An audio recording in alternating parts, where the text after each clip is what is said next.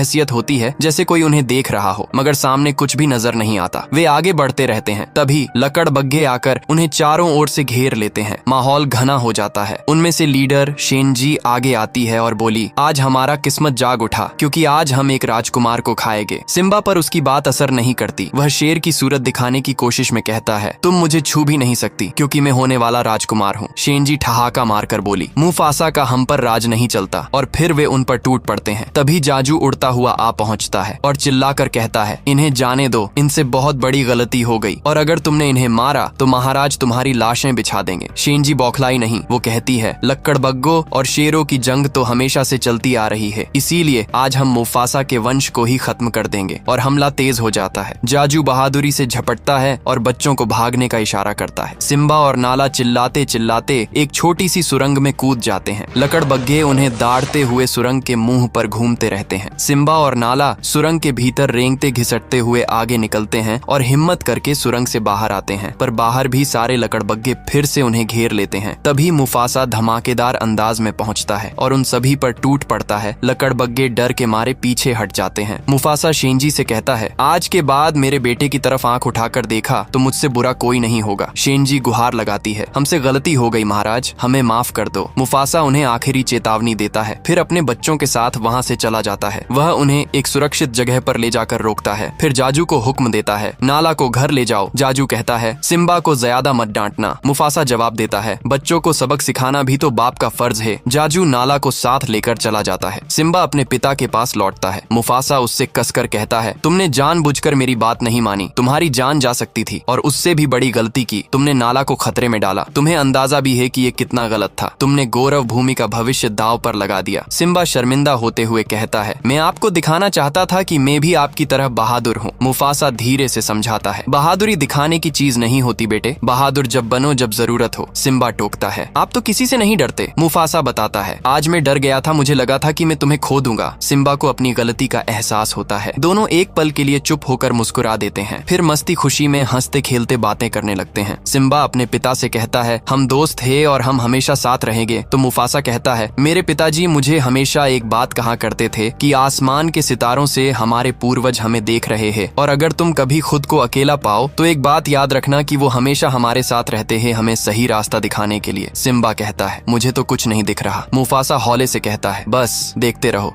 काली घाटी के एक और कोने में स्कार लकड़बग्घों से मिलने आता है। स्कार फरेब और मीठी चालों से कहता है, तुम यहाँ एक कीड़ा तक नहीं छोड़ते, और जब मैंने यहाँ 2 पिल्ले भेजे तो वो जिंदा वापस आ गए। लकड़बग्घे पूछते हैं, तुम